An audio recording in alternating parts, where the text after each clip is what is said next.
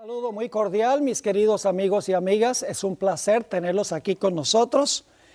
Queremos saludarlos en el amor fraternal del Señor. Vamos a continuar hoy nuestro tema que hemos estado estudiando sobre el conflicto cósmico.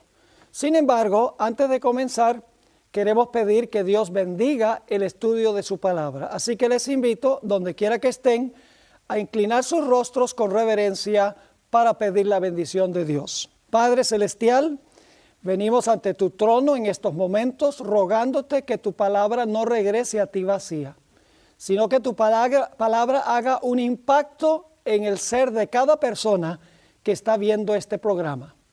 Contamos, Señor, con la promesa de tu presencia, porque tú has dicho que donde hay 2 o 3 reunidos en tu nombre, allí estarás tú. Reclamamos esa promesa en el nombre precioso de Cristo nuestro Salvador. Amén. Hemos estado estudiando el origen del pecado en el universo y cómo Dios tiene un problema no solamente en este mundo, sino a nivel universal. Porque el pecado en realidad comenzó en el cielo. Los habitantes celestiales están involucrados en la problemática del pecado, no solamente los habitantes de este mundo. Ahora, durante los primeros 2 temas hemos analizado cuidadosamente el propósito del plan de la salvación. Y hemos visto que el propósito es vindicar el carácter de Dios, exonerarlo, justificarlo de todas las acusaciones que ha lanzado Satanás en contra de él. Ahora, quiero decir que la forma en que Dios salva al hombre, los pasos que Dios toma para salvar al hombre, se revelan en el santuario. Es decir, los pasos a través de los cuales el Señor Jesucristo exonera o vindica el carácter de Dios se encuentra revelado en el santuario hebreo que Dios le mandó a Moisés a construir. Y ese santuario era solo una miniatura del tabernáculo verdadero, del santuario verdadero en el cielo. Ahora, para comenzar, quiero mencionar que había 5 funciones claves del sacerdote en el santuario, tanto en el santuario terrenal como en el santuario celestial. En primer lugar, tenemos el campamento del santuario. Ahora, muchas veces no se incluye el campamento como parte del santuario, el lugar a donde vivían los israelitas. Pero en realidad el santuario comienza en el campamento a donde vivían los pecadores. En el segundo plano tenemos el atrio. El atrio es el lugar a donde se encontraba el altar del sacrificio y también una fuente o un lavacro. Luego se movía uno un poco más hacia el occidente y llegaba uno al lugar santo del santuario. Y allí en el lugar santo se encontraba el candelabro, la mesa de los panes de la proposición y el altar de incienso. Luego se movía uno un poquito más hacia el occidente y entraba al lugar santísimo del santuario, a donde se encontraba el arca del pacto. Y luego, cuando terminaba el servicio en el lugar santísimo, al final del día de expiación, el sumo sacerdote se quitaba sus vestiduras sacerdotales y se vestía con un cambio de vestiduras, es decir, vestiduras diferentes que las que había usado en su obra intercesora. Y entonces el sumo sacerdote salía del santuario y sacaba todos los pecados de los justos del santuario y los colocaba sobre la cabeza del tal llamado macho cabrío Azazel. 5 funciones claves en el santuario: en el campamento, en el atrio, en el lugar santo, en el lugar santísimo, y luego sacando los pecados del lugar santísimo otra vez a la puerta de entrada del tabernáculo en el atrio, a donde se colocaban sobre la cabeza del macho cabrío Azazel. Ahora, cada uno de estos aspectos del santuario apuntan hacia una obra específica de Jesús. En el campamento vamos a encontrar en nuestro estudio de esta noche que se presenta a Cristo y su vida perfecta en nuestro medio.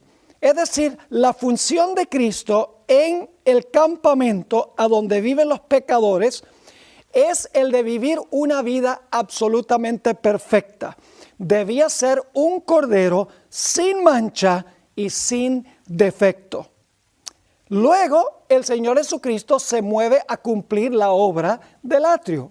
En el atrio se sacrificaba el animal. Eso representaba el sacrificio de Cristo en la cruz. Después de vivir su vida perfecta, Cristo murió en la cruz del Calvario.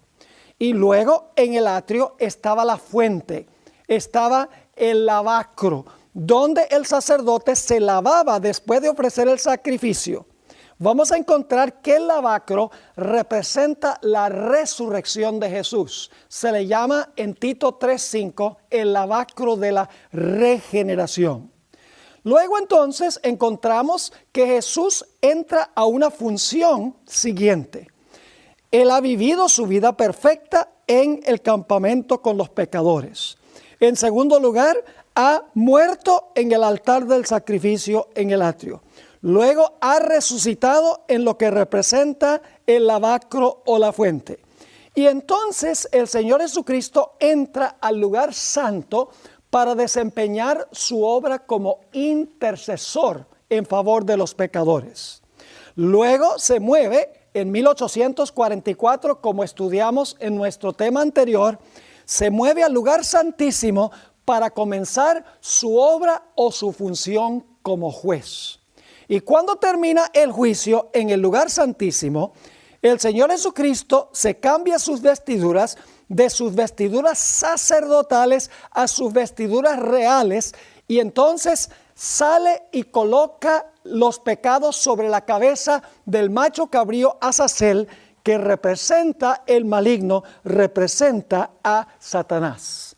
Es decir, tenemos revelado en el santuario todos los pasos que toma el Señor Jesucristo en el plan de la salvación. Su vida perfecta en nuestro medio, su muerte en la cruz del Calvario, su resurrección de los muertos, para luego entrar a desempeñar su obra intercesora. Luego continúa con su obra de juez. No deja de interceder mientras es juez, pero él añade otra función al entrar al lugar santísimo. Y luego cuando termina la obra de juicio en el lugar santísimo, el Señor Jesucristo entonces limpia el santuario de los pecados y los coloca sobre el originador y el que últimamente es responsable por la existencia del pecado. Ahora quiero mencionar que los primeros dos pasos de Jesús a través del santuario son pasos que Jesús desempeña para todos los seres humanos. Es decir, no es una obra individual para aplicar a individuos. Es una obra que el Señor Jesucristo hace en favor de todos los seres humanos. Es decir, su vida perfecta en nuestro medio la vivió por todos los seres humanos. La segunda fase de su obra, que es su muerte en la cruz, también es una obra que desempeñó Jesús en favor de todos los seres humanos. Es decir, su obra en el campamento y en el atrio es corpórea, es para todo ser humano que jamás haya vivido. Pero las últimas tres funciones se aplican especialmente y únicamente a aquellas personas que reclaman lo que Cristo hizo en el campamento y en el atrio. Es decir, su intercesión es solamente para los que reclaman su vida y su muerte. Su obra de juicio, el Señor Jesucristo exonerará solamente a aquellos que verdaderamente recibieron a Jesús.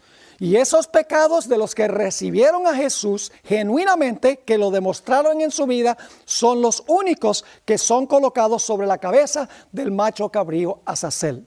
Es decir, las primeras dos obras de Jesús en el santuario son corpóreas, son para todos los seres humanos, una provisión completa. Pero las últimas tres funciones, Jesús toma lo que Él hizo en el campamento y en el atrio y lo aplica a personas que vienen a Él personalmente para reclamar la obra de Cristo Jesús. Ahora, con esta introducción del tema, vamos en los próximos momentos a hablar sobre la primera función del Señor Jesucristo. La función de Jesús en el campamento a donde viven los pecadores. En el Antiguo Testamento era el pueblo de Israel que circundaba el santuario. Hoy en día, el campamento representa este mundo a donde viven todos los seres humanos que han pecado y están destituidos de la gloria de Dios. Ahora vamos a notar algunos puntos para poder entender la obra que iba a desempeñar Jesús en el campamento. En el campamento Jesús vino a vivir una vida absolutamente perfecta y sin pecado. Vamos a analizar este asunto en varios pasos. Lo primero que quiero que notemos es que el Señor Jesucristo creó a todos los seres humanos. Y como Jesús creó a todos los seres humanos, Él es responsable de nuestra existencia. Quiero leer del Evangelio según San Juan, el capítulo 1 y los versículos 1 al 3, a donde nos dice claramente que Jesús en realidad es el creador de todos los seres humanos y por lo tanto es responsable de nuestra existencia, no responsable de nuestro pecado, pero responsable de que nosotros existamos. Dice allí en Juan 1 y el versículo 1 al 3, en el principio era el verbo, y el verbo era con Dios, y el verbo era Dios. Este era en el principio con Dios. Y luego dice, todas las cosas por Él fueron hechas, y sin Él nada de lo que ha sido hecho fue hecho. Es decir, Jesús fue el creador de todos los seres humanos. Es responsable de la existencia de todos los que han vivido en este planeta. Y siempre nos falta alguien que diga, no, en realidad Jesús no me creó a mí. Yo nací de mi mamá. Y entonces yo le pregunto, bueno, ¿y tu mamá de dónde nació? Dice, bueno, de la mamá de ella. Y le digo, ¿y la mamá de ella de dónde nació? Bueno, de la mamá de ella. Si vamos hacia atrás, finalmente llegamos al punto de Adán y Eva, nuestros primeros padres. Cuando el Señor Jesucristo creó a Adán y Eva, todos los seres humanos descienden de ellos y por lo tanto Jesús es responsable de la existencia de todos los seres humanos. Así que el primer punto es que Jesús fue el creador de todos los seres humanos y es responsable de la existencia de todos los seres humanos. El segundo punto que quiero que notemos en este proceso de Jesús es que la ley de Dios exige absoluta perfección. Es decir, nadie se puede desviar de la ley ni un ápice, ni un poquito, porque si se desvía de la ley de Dios, la Biblia nos dice que eso es pecado. La ley de Dios exige absoluta perfección. Y si no le ofrecemos perfección a la ley, la Biblia dice que eso se llama pecado. Vamos a leer en 1 de Juan el capítulo 3 y el versículo 4, a donde nos explica qué es el pecado. Dice allí, todo aquel que comete pecado infringe también la ley, pues el pecado es infracción de la ley. Es decir, si nosotros no le ofrecemos perfección a la ley de Dios nos dice, tú eres pecador.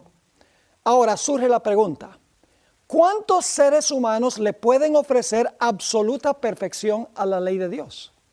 En realidad la Biblia dice que no hay un solo ser humano que pueda rendirle a la ley lo que la ley exige. La ley exige absoluta perfección. Ningún ser humano le puede ofrecer a la ley lo que la ley exige. En Romanos el capítulo 3 y el versículo 10 dice, como está escrito, no hay justo ni aún uno. Y el versículo 23 sigue aclarando, por cuanto todos pecaron y están destituidos de la gloria de Dios. Así que Cristo creó a todos los seres humanos. Cristo es responsable de la existencia de todos. La ley de Cristo, la ley de Dios exige absoluta perfección. El que no le ofrece perfección es pecador. Y la Biblia dice que todos los seres humanos han pecado y están destituidos de la gloria de Dios. Pero hay un punto más. Y es que como todos han pecado, todos están sujetos a morir. Porque la ley dice, si tú no me ofreces perfección, eso es pecado. Y si tú pecas, tienes que morir. En Romanos 5 y el versículo 12 nos dice precisamente eso. Por tanto, como el pecado entró en el mundo por un hombre, y por el pecado, noten, la muerte, así la muerte pasó a todos los hombres por cuanto todos pecaron. La consecuencia de no ofrecerle perfección a la ley es pecado, y la paga del pecado es muerte. En el siguiente capítulo, Romanos 6 y el versículo 23, la primera parte del versículo dice, porque la paga del pecado es muerte. Es decir, que como todos los seres humanos han pecado, no le pueden ofrecer perfección a la ley. El resultado es que todos están bajo sentencia de muerte. La Biblia explica que todos los seres humanos son esclavos del pecado. Todos los seres humanos han perdido el derecho a su herencia. Todos los seres humanos, en otras palabras, están en una situación precaria. Y el problema es que no había nadie dentro de la raza humana que pudiera resolver el problema, porque todos los pecadores se vendieron a servidumbre, todos los pecadores vendieron su patrimonio, vendieron su herencia. Y entonces surge la pregunta, ¿quién podía venir para pagar el precio, para vivir la vida que la ley le exige al pecador? La Biblia tiene la respuesta. En el libro de Levítico, el capítulo 25 y el versículo 25, encontramos a una expresión muy interesante. Hay una palabra clave aquí. Dice, cuando tu hermano empobreciere y vendiere algo de su posesión. En realidad, la palabra algo no está en el original. Dice, cuando vendiere su posesión. Ahora, ¿qué podía hacer si vendía su posesión? Vendía su patrimonio, como hizo Adán. Adán vendió el mundo al maligno cuando se entregó a él. ¿Qué se podía hacer para recuperarlo? Dice, cuando tu hermano empobreciere y vendiere su posesión, entonces su pariente más próximo vendrá y rescatará lo que su hermano hubiere vendido. Esa palabra rescatará significa recuperar pagando un precio, comprar pagando un precio. Es decir, para recuperar el patrimonio perdido era necesario que un pariente cercano, el pariente más próximo, pagara el precio y cumpliera las condiciones para recuperar el patrimonio perdido. Pero ¿qué sucedía si una persona se vendía ella a servidumbre? No solamente su patrimonio, sino se vendía esa persona a servidumbre. ¿Cómo se podía rescatar lo que se había perdido? Encontramos en Levítico 25 y el versículo 47 al 49 la siguiente explicación.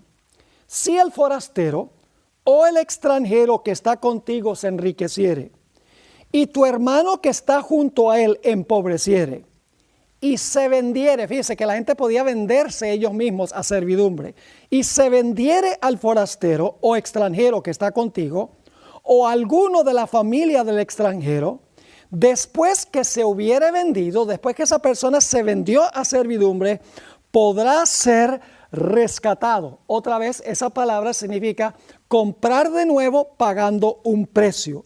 Dice, otra vez, después que se hubiera vendido, podrá ser rescatado. Ahora, ¿quién lo podía rescatar? Uno de sus hermanos lo rescatará. O su tío, o el hijo de su tío lo rescatará. O un pariente cercano de su familia lo rescatará. O si sus medios alcanzaren, él mismo se rescatará. Eso es hipotético porque si se había vendido, ¿con qué se iba a rescatar? Es decir, cuando un individuo vendía su patrimonio, cuando un individuo se vendía a servidumbre, como los seres humanos han hecho por el pecado, hemos perdido nuestra herencia.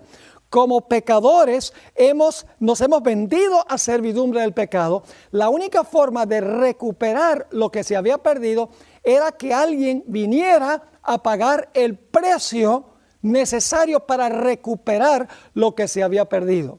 Pero había un problema muy serio. Y es que no había nadie dentro de la raza humana que no hubiese vendido su patrimonio. No había una sola persona dentro de la raza humana que no se hubiese vendido a servidumbre. Porque la Biblia dice que todos han pecado.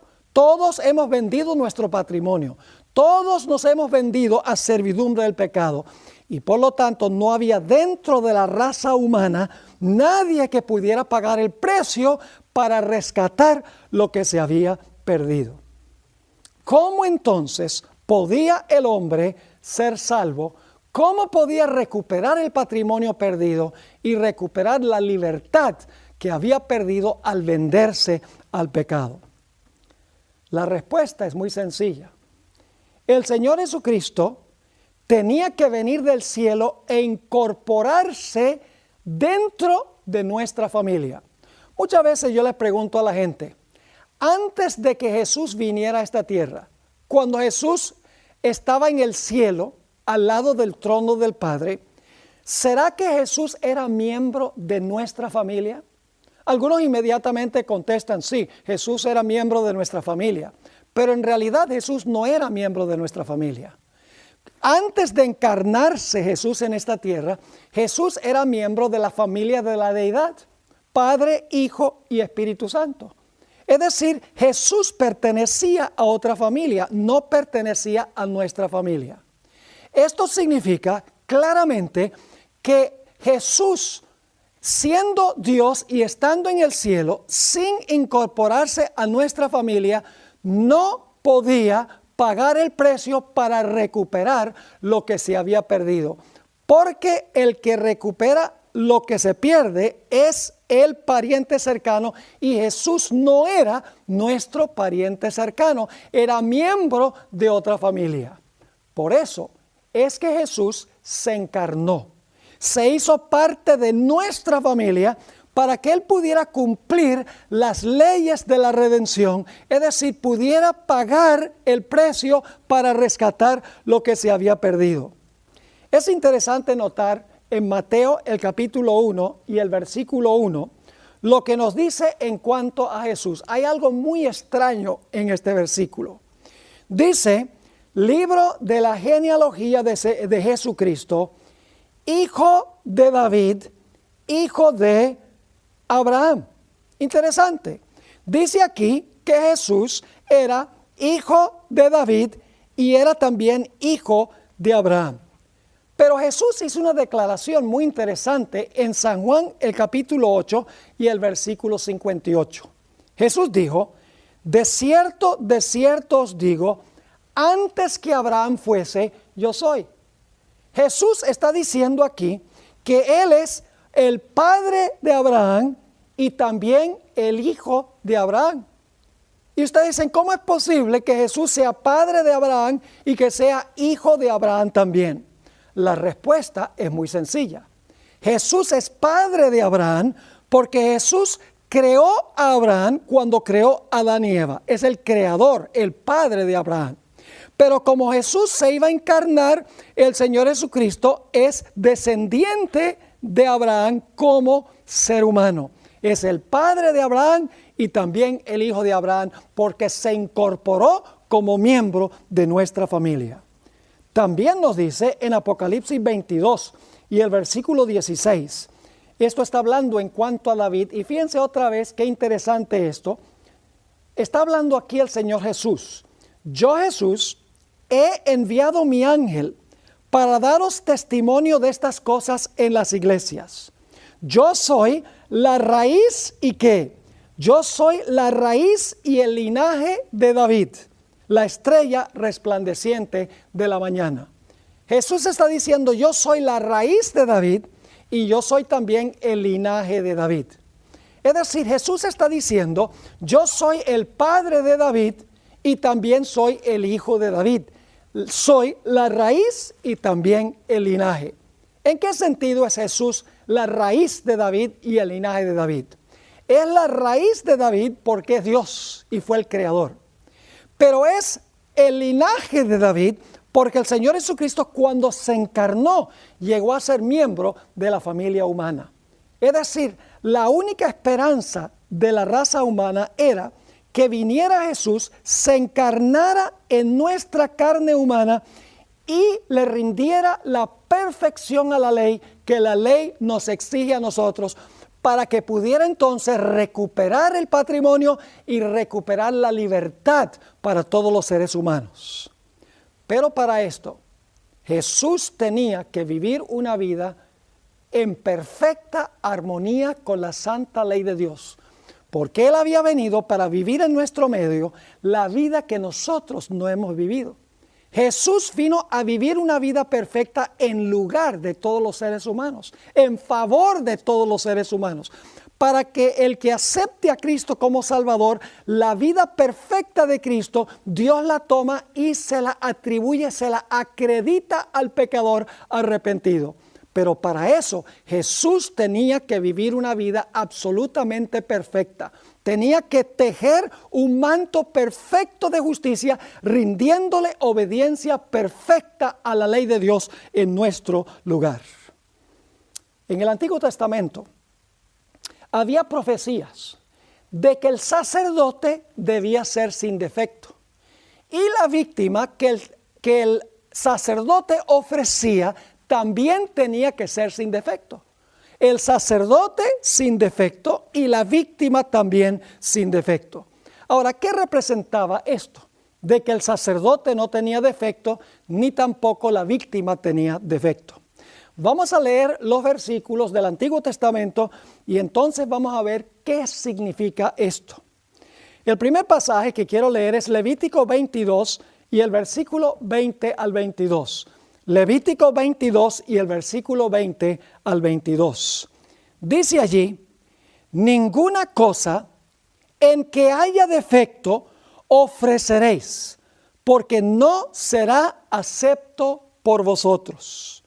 Asimismo, cuando alguno ofreciere sacrificio en ofrenda de paz a Jehová para cumplir un voto o como ofrenda voluntaria, sea de vacas o de ovejas, para que sea aceptado, será sin defecto, ciego, perniquebrado, mutilado, verrugoso, sarnoso o roñoso. No ofreceréis estos a Jehová, ni de ellos pondréis ofrenda encendida sobre el altar de Jehová.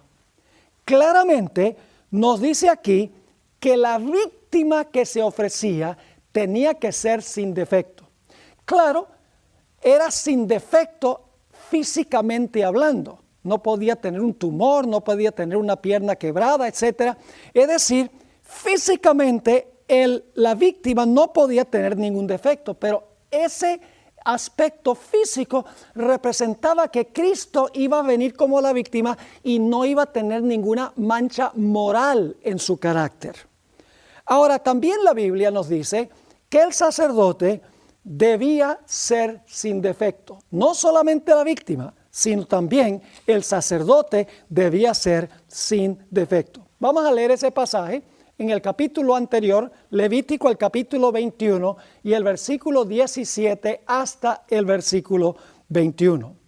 Dice allí, habla a Aarón y dile, ninguno de tus descendientes por sus generaciones que tenga algún defecto se acercará para ofrecer el pan de su Dios, porque ningún varón en el cual haya defecto se acercará, varón ciego o cojo o mutilado o sobrado, o varón que tenga quebradura de pie o rotura de mano, o jorobado o enano, o que tenga nube en el ojo, o que tenga sarna, o empeine, o testículo magullado.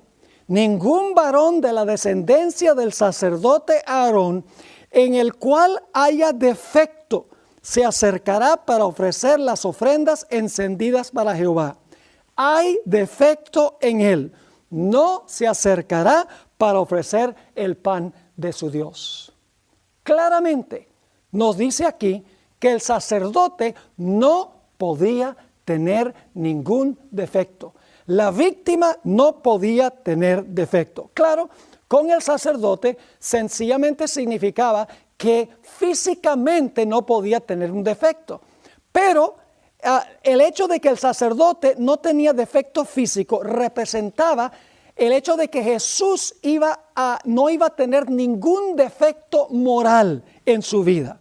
Es decir, claramente nos dice la Biblia que el sacerdote y la víctima tenían que ser sin mancha y sin defecto. Ahora, ¿qué representaba esto? El hecho de que el sacerdote ni la víctima tenían defecto. La Biblia nos dice claramente qué fue lo que sucedió. En San Juan, el capítulo 1 y el versículo 14, dice: y aquel verbo fue hecho carne y habitó entre nosotros. Y vimos su gloria, gloria como del unigénito del Padre, lleno de gracia y de verdad. El Señor Jesucristo decidió incorporarse dentro de la raza humana.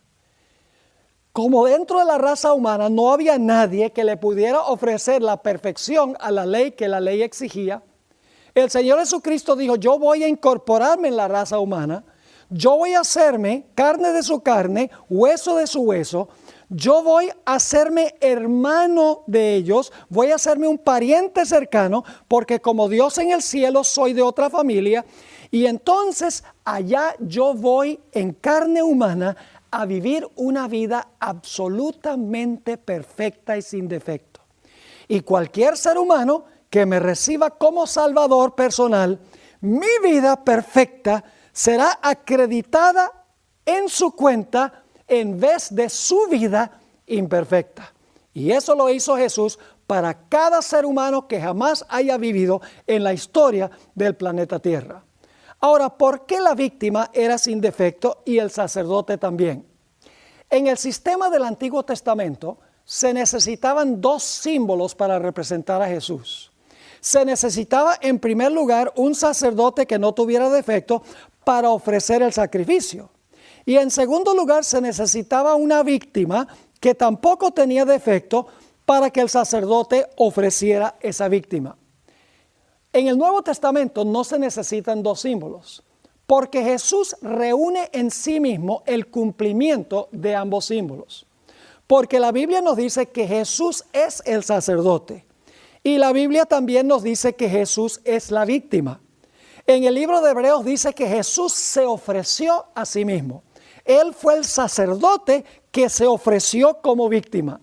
Es decir, en el Antiguo Testamento el sacerdote y la víctima se reúnen en un solo personaje, Cristo Jesús, quien se ofrece a sí mismo para venir a este mundo, para vivir una vida perfecta, sin defecto, para luego entonces morir como un cordero sin defecto. Y quiero decirles, a veces nosotros enfatizamos tanto el hecho de la muerte de la víctima, que nos olvidamos que la muerte de la víctima no hubiera tenido absolutamente ningún valor, al menos que la víctima no haya tenido defecto. Si la víctima tenía defecto, el sacrificio no era acepto. Y el hecho de que la víctima no tenía defecto representa la vida perfecta de Jesús. Y el hecho de que el sacerdote no tenía defecto significa también la vida perfecta del Señor Jesucristo. En el Antiguo Testamento encontramos una profecía muy interesante en cuanto a Jesús. Probablemente todos los que están viendo esta presentación saben que en la Biblia se presenta a Jesús como el Cordero Pascual. En el Antiguo Testamento, cuando el pueblo de Israel estaba cautivo en Egipto y habían perdido su patrimonio y eran esclavos y estaban sufriendo y estaban clamando a Dios, Dios les dio una señal de liberación. Les dijo que sacrificaran un cordero, que inmolaran un cordero, y Dios especificó que antes de inmolar el cordero debía no tener ningún defecto. Vamos a leer ese detalle en Éxodo, el capítulo 12 y el versículo 5 y el versículo 6. Dice, el animal será sin defecto. Fíjense, macho de 1 año, lo tomaréis de las ovejas o de las cabras. Ahora fíjense entonces, tenemos 3 profecías del Antiguo Testamento que hemos analizado. En primer lugar, Levítico 22, 20 al 22, a donde dice que la víctima no podía tener defecto. Levítico 21, 17 al 21 dice el sacerdote no podía tener ningún defecto. Y luego leímos en Éxodo 12, 5 y 6 que el Cordero Pascual no podía tener defecto. Eso es antes del sacrificio. De la misma manera Jesús tenía que vivir una vida perfecta para ofrecerle perfección a la ley en nuestro lugar antes de que muriera en la cruz, porque si Jesús no vivía una vida perfecta, entonces su sacrificio no hubiera sido acepto por el Padre. El Señor Jesucristo vino como esa víctima perfecta porque vivió una vida sin pecado en nuestro lugar. Tejió un manto de justicia perfecta para ofrecerle a la ley, para que cualquier pecador que se arrepintiera, confesara su pecado y confiara en Jesús, la vida de Jesús estaría en lugar de la vida del pecador. Esto claramente se explica en 1 de Pedro, el capítulo 1 y el versículo 18 hasta el versículo 20. 1 de Pedro 1, 18 al 20. Dice allí, sabiendo que fuisteis rescatados de vuestra vana manera de vivir, la cual recibisteis de vuestros padres. No con cosas corruptibles, es decir, no fuimos rescatados con cosas corruptibles, como oro o plata, sino con la sangre preciosa de Cristo. Ahí está el aspecto del sacrificio, de la muerte de Cristo. Pero noten que hay otro detalle. Dice, sino con la sangre preciosa de Cristo, como de un cordero, ¿con qué característica? Como de un cordero sin mancha y sin contaminación.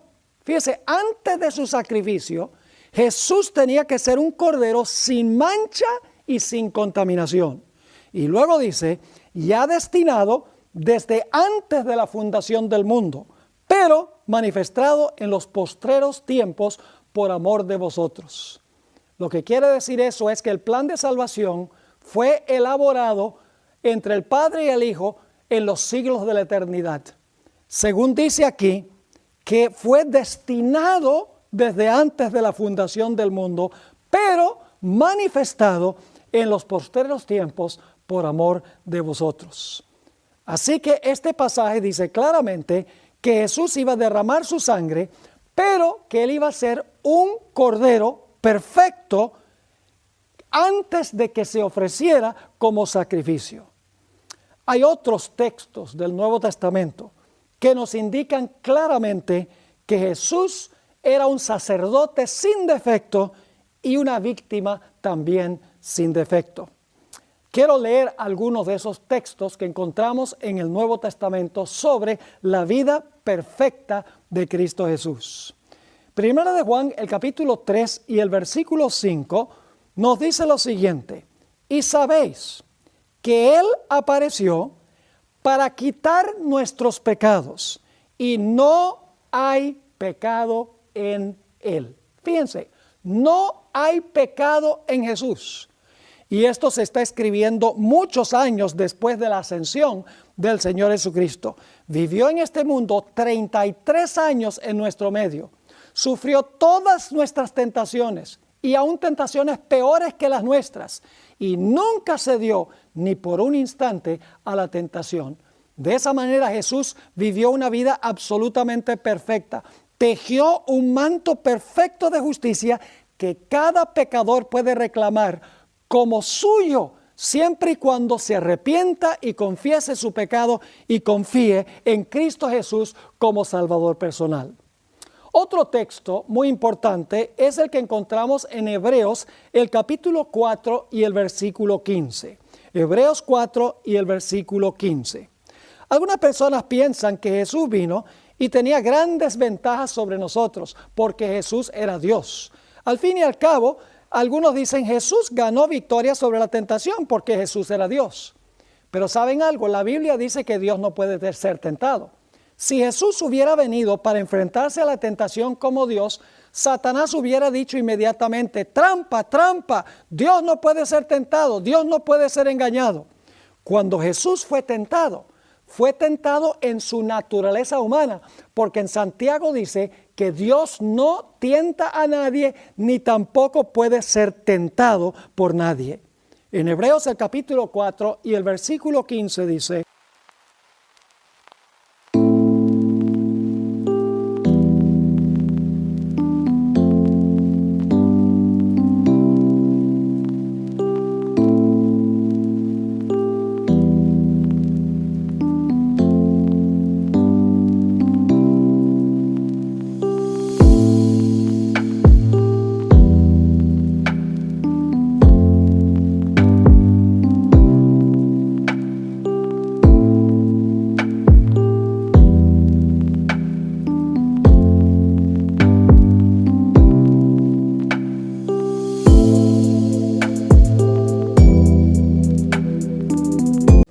porque no tenemos un sumo sacerdote que no pueda compadecerse de nuestras debilidades, sino uno que fue tentado, escuchen bien, en todo según nuestra semejanza. Algunos piensan que Jesús vino con la naturaleza de Adán antes de que Adán pecara, con la naturaleza de Adán antes de la transgresión. Pero este texto nos dice claramente que Jesús no fue tentado meramente como Adán en el huerto del Edén. Dice que fue tentado en todo según nuestra semejanza, pero sin pecado. En Romanos el capítulo 8 y el versículo 1 al 3 dice que Jesús vino en semejanza de carne de pecado. Y dice que en esa carne de pecado, dice en el versículo 3, Jesús condenó el pecado en carne de pecado. Jesús, en otras palabras, tomó sobre sí nuestra naturaleza pecaminosa, pero regenerada por el poder del Espíritu Santo. Es decir, Jesús tenía una naturaleza pecaminosa, pero esa naturaleza estuvo siempre bajo el control del Espíritu Santo. Por eso Jesús nunca pensó pensamientos pecaminosos. Jesús nunca habló palabras pecaminosas. Jesús nunca desempeñó acciones pecaminosas. No porque Él tenía una naturaleza humana distinta a la nuestra que hemos recibido a Jesús, sino porque el Señor Jesucristo estaba todo el tiempo su humanidad bajo el control del Espíritu Santo. En semejanza de carne de pecado, condenó el pecado en la carne. Venció como nosotros podemos vencer a través de Él. En el libro de Hebreos, el capítulo 7 y el versículo 25 y 26, nuevamente se enfatiza que Jesús fue un sacerdote y es un sacerdote sin mancha de pecado. Y debo decirles algo muy importante ahora. Algunas personas creen que necesitan la intercesión de un sacerdote humano delante de Dios. O tal vez necesitan la intercesión de los santos, de María, o de San José, o de San Jacinto, de toda esta larga lista de santos que hay. Dicen, yo tengo que contratar a ese como mi intercesor. ¿Saben, mis queridos amigos? Es una imposibilidad que ellos intercedan por usted. En primer lugar, porque la Biblia dice que los muertos nada saben. Esas personas fueron personas muy piadosas durante su vida, pero la Biblia dice que cuando fueron al sepulcro, ellos sencillamente dejaron de existir hasta el momento de la resurrección. Un muerto no puede interceder por usted. Pero aún más importante que eso es el hecho de que para interceder es necesario que la persona que intercede sea Dios y sea también hombre. Y algunos dicen, pero los sacerdotes del Antiguo Testamento eran hombres y ellos intercedían delante de Dios. Pero debemos recordar que esos sacerdotes en realidad no eran los intercesores ante Dios. Solo representaban a Cristo Jesús, quien intercedía por la raza humana. Es decir, eran un símbolo o una ilustración de la obra intercesora de Cristo. Ellos no eran en realidad intercesores. El intercesor era Cristo Jesús, nuestro Salvador. Ustedes recuerdan la experiencia de Jacob cuando huyó de su hogar, porque había robado la primogenitura de su hermano. Cuando estaba huyendo, se acostó con la cabeza sobre una piedra y tuvo un sueño. En ese sueño vio una escalera que unía el cielo con la tierra. Nos dice allí en la historia, en Génesis el capítulo 28, que la parte de arriba de la escalera llegaba hasta el alto cielo y la parte de abajo de la escalera estaba firmemente plantada sobre la tierra, y que sobre esa escalera subían y descendían ángeles. Jesús interpretó eso como él mismo. En Juan 1 y el versículo 51, Jesús dijo que el cielo iba a ser abierto y se iba a ver a los ángeles ascendiendo y descendiendo sobre el Hijo del Hombre. Es decir, la escalera que une el cielo con la tierra es Cristo Jesús. Y nada más puede ser Cristo Jesús, porque Jesús es hombre. Esa es la parte de abajo de la escalera. Jesús también es Dios. Esa es la parte de arriba de la escalera. Por eso Jesús puede cerrar la distancia entre el cielo y la tierra, porque es hombre con los hombres y es Dios con Dios. Como Dios nos une con Dios y como hombre une a Dios con los seres humanos. Ningún ser humano puede hacer eso, porque los seres humanos son humanos, pero no son Dios. Así que yo te recomiendo que contrates en realidad como tu intercesor a Cristo Jesús, no a ningún intercesor humano que en realidad no puede interceder porque en realidad está muerto, y además de eso no puede interceder porque es un mero humano, y para ser intercesor tiene que ser Dios y tiene que ser también hombre. En Hebreos el capítulo 7 y el versículo 25 y el versículo 26 encontramos nosotros otra descripción de la perfección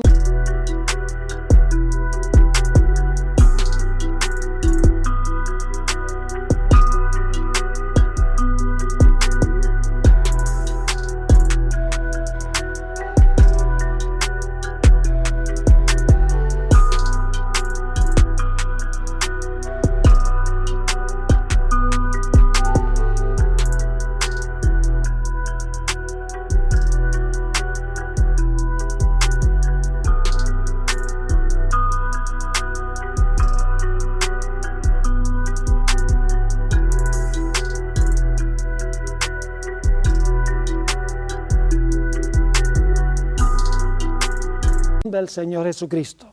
Dice allí, por lo cual puede también salvar perpetuamente a los que por Él se acercan a Dios, viviendo siempre para interceder por ellos. Fíjense, Jesús es el intercesor. Ahora, ¿por qué es que Jesús puede interceder? El versículo 26 lo explica. Porque tal sumo sacerdote nos convenía, santo, inocente, sin mancha, apartado de los pecadores y hecho más sublime que los cielos. ¿Por qué Jesús puede interceder por los seres humanos? Porque dice aquí que Él es santo, inocente, sin mancha y apartado de los pecadores. Eso no se puede decir de ningún ser humano. Aún de los que fueron más santos durante su vida, fueron pecadores, porque la Biblia dice que todos han pecado y están destituidos de la gloria de Dios. No hay justo ni aún uno. Esto significa sencillamente que un ser humano no puede ser intercesor entre el hombre y Dios, porque la Biblia dice que el intercesor debe ser santo, inocente, sin mancha y apartado de los pecadores. Ahora vamos a repasar algunos de los problemas que había que resolver en relación con las acusaciones de Satanás. Déjeme repasar aquí las acusaciones que lanzó Satanás en contra de Dios. En primer lugar, encontramos que Satanás declaró que Dios tiene una ley y si algún ser viola o desobedece esa ley, Dios tiene que destruir a esa persona, porque Dios ha declarado que la paga del pecado es muerte y que la transgresión de la ley es el pecado. Es decir, Satanás declaró, si Adán y Eva transgreden la ley de Dios y pecan, Dios, para cumplir su palabra, tiene que pronunciar y ejecutar la sentencia de muerte contra ellos. Si Dios no lo hace, entonces Dios es injusto y Dios es mentiroso, porque la justicia exige el castigo del pecado del pecador. Es decir, Satanás dice, Dios tiene una ley que exige la perfección. El ser humano no puede ofrecerle a la ley la perfección. Y por lo tanto, como el ser humano no le puede ofrecer perfección a la ley, el ser humano tiene que morir. Ese era un argumento de Satanás. El segundo argumento es que la ley de Dios no se puede guardar, que la ley de Dios nos quita la libertad, que nosotros debemos sencillamente seguir lo que dicte nuestro corazón. Debemos hacer nuestra propia voluntad, que si nosotros somos cristianos, siempre va a salir del corazón el bien. Que no se necesita la ley, porque la ley restringe, la ley quita la libertad, la ley es un yugo de servidumbre. Eso es lo que decía Satanás en el cielo. Otra acusación de Satanás es que Dios el Padre solamente quiere que le sirvan y no quiere levantar ni un solo dedo para servir absolutamente a nadie. Dios es un Dios egoísta, porque Él quiere que todos los seres sirvan lo que Él dice, y Él no quiere levantar ni un solo dedo para servir.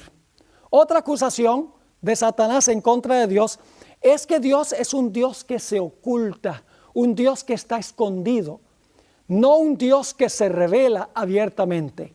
La Biblia dice que está encerrado en un manto de luz que es inaccesible, dice en el libro de Santiago. Así que Satanás arguyó, mire, Dios es un Dios que se oculta, no es un Dios que se revela. Además de eso, encontramos que Satanás dijo que Dios hace acepción de personas. Dios reveló el plan de la creación a su Hijo. Tenía secretos que solamente conocían su Hijo. Y por lo tanto, Satanás decía, Dios tiene favoritos. Dios hace acepción de personas. Esos eran algunos de los argumentos que Satanás lanzó en contra de Dios en el cielo. Ahora, ¿cómo es que la vida perfecta de Jesús refutó esos argumentos de Satanás? La obra de Cristo en el campamento refutó cada uno de estos argumentos de Satanás en contra del carácter de Dios. Tomemos uno por uno para ver cómo se cumplió esto. Satanás había dicho que la ley exige perfección y por lo tanto el ser humano, como no le ofrece perfección a la ley, el ser humano tiene que morir. Jesús respondió a eso diciendo, lo que yo voy a hacer, como yo hice a todos los seres humanos, yo creé a todos los seres humanos y soy responsable de su existencia, yo voy a ir a la tierra a ocupar el lugar de todos los seres humanos y voy a vivir la vida que la ley les exige a ellos. Le voy a ofrecer la perfección a la ley que la ley les exige a ellos. Y entonces, si ellos me reciben como su Salvador por el arrepentimiento y la confesión y la fe en mi persona, yo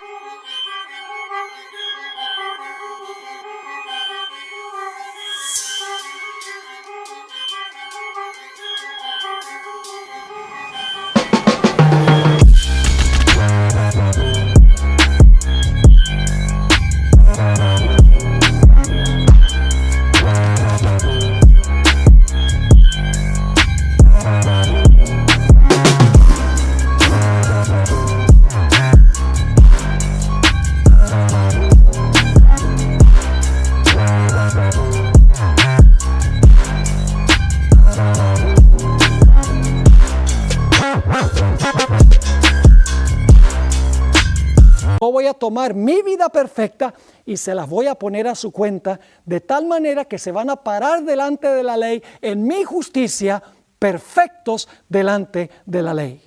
Se resolvió entonces el problema de que el hombre no podía rendirle a la ley la perfección, porque Jesús vino a rendirle a la ley la perfección que la ley nos exige a nosotros. Otra acusación de Satanás, como hemos visto, es que Satanás dijo que la ley de Dios no se puede guardar en carne humana, que la ley de Dios nos quita la libertad, que necesitamos estar libres de la restricción de la ley de Dios. La Sagrada Escritura nos dice que el Señor Jesucristo guardó los mandamientos de su Padre. Dice en el libro de Hebreos que Jesús se deleitó porque la ley de Dios estaba escrita en su corazón. Jesús amó la ley. El Señor Jesucristo exaltó la ley. El Señor Jesucristo declaró: si me amáis, guardad mis mandamientos. Fue tentado en todo como nosotros, pero nunca transgredió la ley. Así demostró que sí es posible guardar la ley, que la ley no nos quita la libertad, sino que la ley nos garantiza la felicidad y la libertad. Jesús refutó el argumento de Satanás de que había que abolir la ley y que la ley no se podía guardar. Jesús demostró que sí es posible guardar la ley en semejanza de carne de pecado. Satanás también arguyó que Dios era egoísta. Pero cuando vemos a Jesús viniendo a este mundo, el precioso Hijo del Padre, y el Padre entregando lo más precioso que tenía a su propio Hijo, para venir a vivir en carne humana y luego sufrir una muerte cruel, se demostró que que Dios no es egoísta, que Dios es un Dios que entrega, un Dios bondadoso, un Dios que da, no un Dios que quiere todo para Él, sino un Dios que está dispuesto de dar lo más precioso que hay en el universo. Satanás decía que Dios solamente quería que le sirvan y no quiere levantar ni un solo dedo para servir. La vida de Jesús contradice esta acusación de Satanás. Y recuerden que Jesús es Dios en la carne. La Biblia dice que Jesús vino a este mundo no para ser servido, sino para servir y para dar su vida en rescate por muchos. Toda la vida de Jesús en esta tierra fue una vida de servicio. Y Jesús dijo: el que me ha visto a mí, ha visto al Padre. Cada vez que Jesús servía, por ejemplo, le lavó los pies a sus propios discípulos, Jesús estaba mostrando que Él y su Padre en realidad no esperan que todo el mundo les sirva, sino que están dispuestos de condescender y de servir las necesidades de los seres humanos. Satanás acusó a Dios de ocultarse, pero la Biblia no dice que Dios es un Dios que se reveló. Se reveló a través de Cristo Jesús. Aquel verbo fue hecho carne y habitó entre nosotros y vimos su gloria, la gloria como el del unigénito del Padre, lleno de gracia y de verdad. Dios se reveló a través del Señor Jesucristo. Es decir, Dios no es un Dios que se oculta, sino que es un Dios que se revela. La última acusación de Satanás contra Dios es que Dios hace acepción de personas. Dios tiene favoritos. Dios a algunos que son sus especiales les comparte sus secretos y los abraza, mientras que a otros los margina. El Señor Jesucristo, con su vida perfecta, refutó esta acusación de Satanás. El Señor Jesucristo se codió y amó a rameras, a publicanos, a leprosos, ciegos, mudos, endemoniados, paralíticos, samaritanos, gentiles, mujeres, niños, y aún permitió que esa mujer pecadora, María Magdalena, le echara ese perfume en los pies y secara sus pies con sus propios cabellos. De esa manera Jesús estaba mostrando que Dios no es un Dios que tiene favoritos, que hace excepción de personas. Estaba demostrando que Dios ama a todos los seres humanos, está dispuesto a codearse con todos los seres humanos, está dispuesto a descender para servir a la raza humana. Así que Jesús en el campamento vivió una vida absolutamente perfecta, para que si el hombre lo recibe, esa vida perfecta, esa vida en armonía con la ley, pudiese ser imputada al pecador para que podamos ser reconocidos justos delante de Dios en Cristo Jesús. Pero había otro paso necesario que será nuestro próximo estudio. Era necesario también que alguien pagara por los pecados que nosotros hemos cometido. No solo alguien que viviera la vida que debemos vivir, sino alguien que debía morir la muerte que debemos sufrir. Ese será nuestro próximo estudio.